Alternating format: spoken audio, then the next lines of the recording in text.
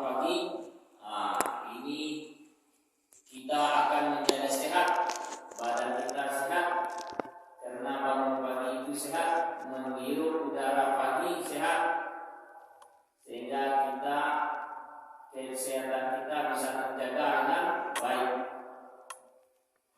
Apalagi kalau kita mandi subuh-subuh, mandi sebelum sholat subuh, sebelum kita sholat subuh kita mandi. Ini sangat baik untuk kesehatan. Maka kita tidak akan mengantuk sampai sore hari, sampai malam nanti. Ya kan? Jadi kita bersyukur bisa bangun pagi. Kita pertahankan bisa bangun pagi. Dan untuk minggu depan kita sholat subuh di masjid. Ya, sholat subuh di masjid. Ya kan? Supaya kita mendapatkan pahala sholat subuh di masjid. Ya kan?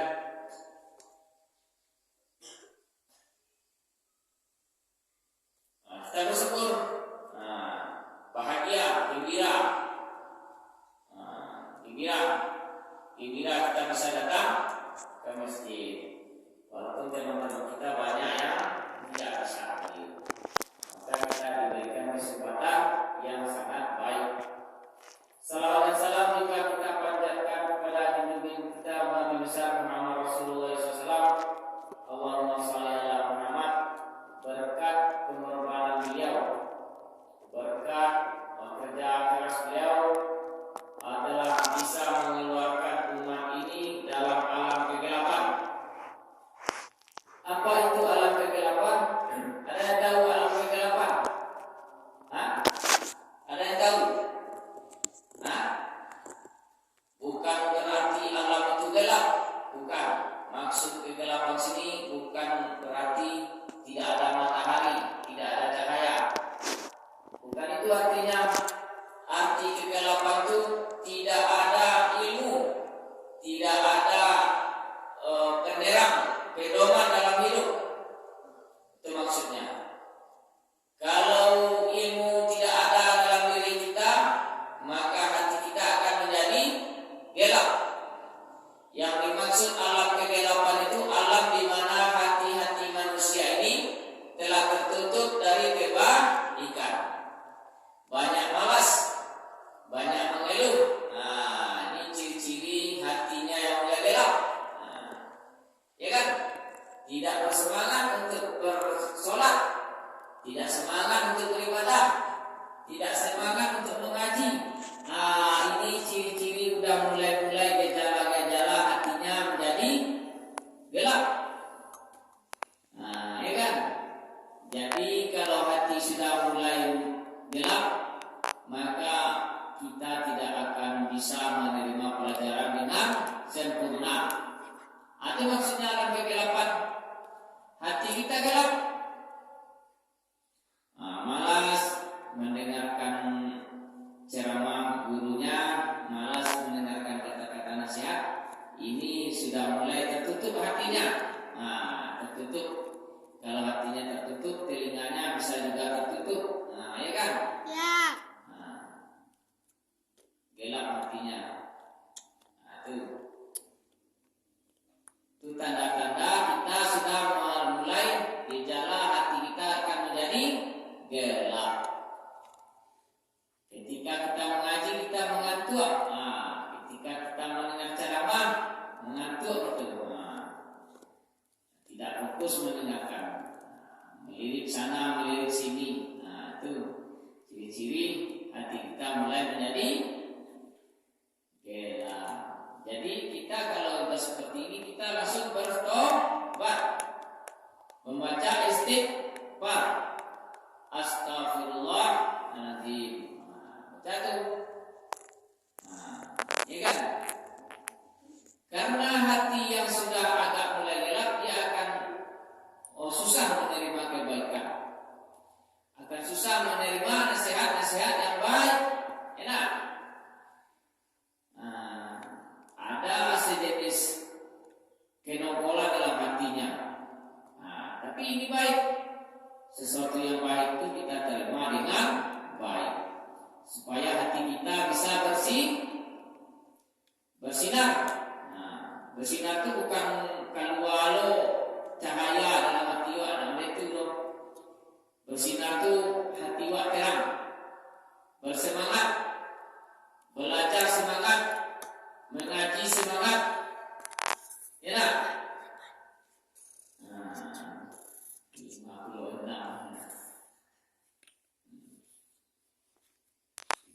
Ya kan? Yuk. Ya kan? Iya. Siapa? Baik. Baik. Nah, itu alam kegelapan. Jadi di masa sebelum Nabi Muhammad kau diutus oleh Allah Subhanahu Wa Taala, hati-hati manusia itu gelap. Lah gelap mana? Lah hitam hati. Tak ada apa Akhlak. akhlaknya tak ada, jelek, suka mengganggu teman. Seketik mengganggu teman, dicuri teman. Itu pokok dibunuh aja. Itu lalu tak ada polisi dulu tak ada. Saku hati-hati ini saja. Yang kuat menindas yang lemah, ya kan? Yang pintar membodohi orang-orang yang bodoh. Orang kaya menindas yang orang miskin. Jadi yang berkuasa pada waktu itu orang-orang yang Kaya. kuat, yang kaya. Maka banyak kejahilan. Apa yang dimaksud dengan jahil? Suka mengganggu orang lain, suka menyakiti hati orang lain, suka merampok punya orang lain, suka mencuri yang bukan haknya. Itu tanda-tanda kejahilan. Jahil itu maksudnya bodoh. Bodoh itu tidak berilmu. Dia tidak berpikir apa yang dilakukannya itu akan mendatangkan akibat yang tidak baik pada orang lain dan pada dirinya sendiri. Biasa. Satu Pak. Tuh. Apa susah tak seperti golkar? Itulah 3 menit. Itulah apa? Jadi, aku untuk penanaman waktu. Ini kan? Yo. Itu. Jadi kalau kita ada pikiran berpikir orang, aku lakukan, aku akibatnya. Contohnya kalau sedang mendengar nasihat, main gambar, akibatnya bertambah 2 menit. Enak. Itu tadi akibat dari main kejahilan. Akibat kejahilan maka awak akan lama mendengarkan nasihat. Ya kan? Itu 60 orang ya. Oh.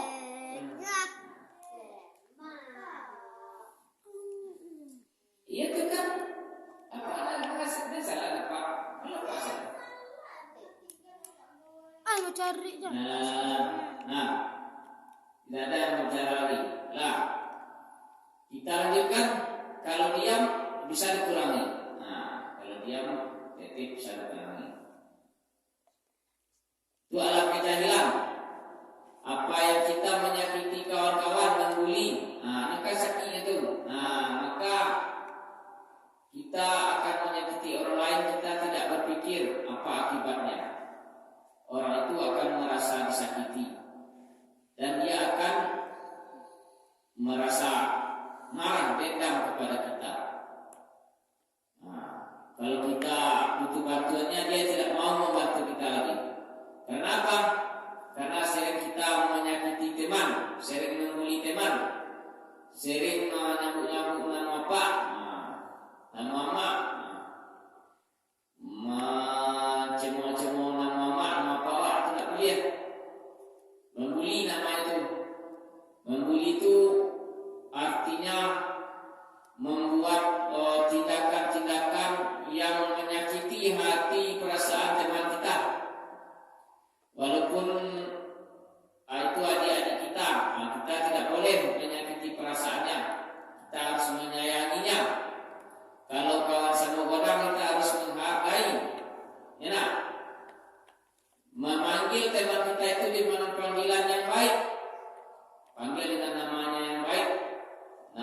bagus. Ya kan?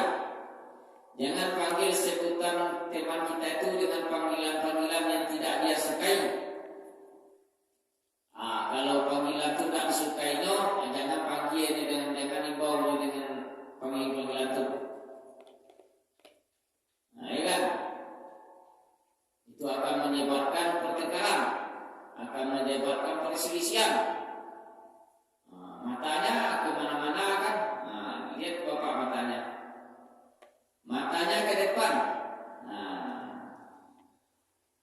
Ke depan matanya. Bukan ke jam. Jam itu kan dipindahkan ke belakang nanti. Matanya melihat ke bapak, supaya apa yang bapak bicarakan bisa ditangkap, bisa diterima dengan baik. Ya, ingat ya, jangan kita membuli teman. Karena kalau kita dibulikan, bahasanya Tidak enak. kita akan merasa sakit. Perasaan kita tidak akan merasa enak. Itu kalau kita membuli teman. Kalau awak dibuli di orang lain bahasa. Sikit ya. Berarti itu lo orang awak buli. Teman kau nak buli awak buli menyakiti teman, mengejek-ejek teman, tidak buli ya? Ya kan? Ya tak?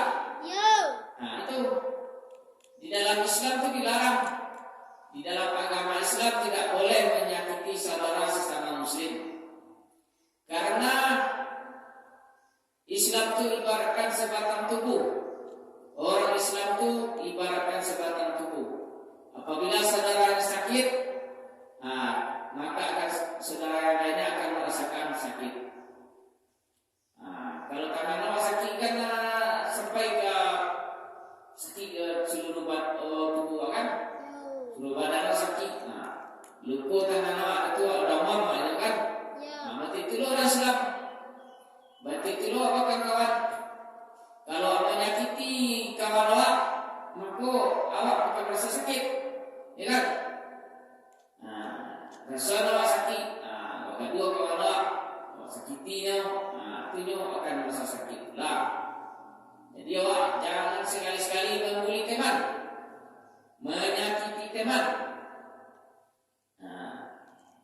Karena sifat yang seperti itu adalah sifat orang-orang di zaman kejahilan. Dan Nabi adalah berhasil mengeluarkan umat ini dari alam kegelapan tadi, alam hati yang gelap, hati yang hitam. Hati yang gelap itu hati yang tidak bisa menerima kebaikan. Hal-hal yang baik, apa-apa yang baik tidak bisa menerimanya. Ini contoh bukti hati yang menjadi hitam. Hitam hati orang. Jadi kalau hati waktu bersinar, menampak ke wajah akan bersinar, enak, cerah. Kalau hati orang yang hitam tuh wajahnya menjadi Cerah. cerah, Enggak. menjadi hitam loh rupanya. Itulah dan hati wajan menjadi hitam. Hilangkan sifat-sifat jelek dalam diri awak, sifat iri, dengki, ya kan? Sifat sombong, angkuh. Itu akan membuat hati awak menjadi hitam. Sifat malas belajar, suka melawan kepada orang tua, suka melawan kepada guru, suka melawan kepada orang-orang yang lebih besar.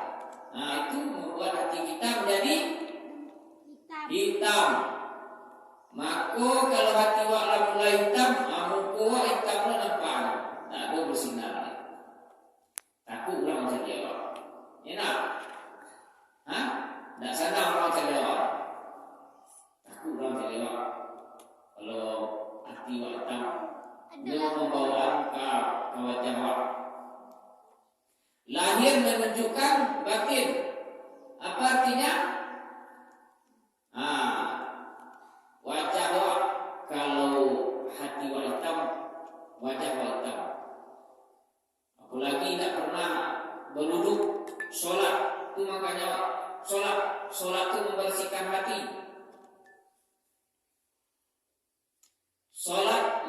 kemungkaran. Salat mencegah hal-hal yang tidak baik dalam diri awak. Jadi awak salat 5 waktu itu untuk membersihkan hati awak. Membaca Al-Quran membersihkan hati awak. Menghafal Al-Quran membersihkan hati awak. Kalau awak malas salat, malas mengaji. Semini lah ya. Kalau kita malas sholat, malas mengaji, maka hati kita menjadi hitam. Sebelum pulang catat absennya dulu ya. Jadi itulah bagi anak-anak bapak, supaya apa yang bapak sampaikan pada hari ini dapat kita laksanakan dengan baik. Dan kita berusaha senantiasa memelihara hati kita dari perkara-perkara yang tidak baik, menghindarkan sifat-sifat yang tidak baik dalam hati kita, sifat sombong, angkuh, iri, dengki, malas, ya kan? Suka menyakiti teman lain, kita hindarkan dari hati kita. Allah Pak. Dan mungkin segitu saja yang bisa Bapak sampaikan. Mohon maaf banyak. Canda.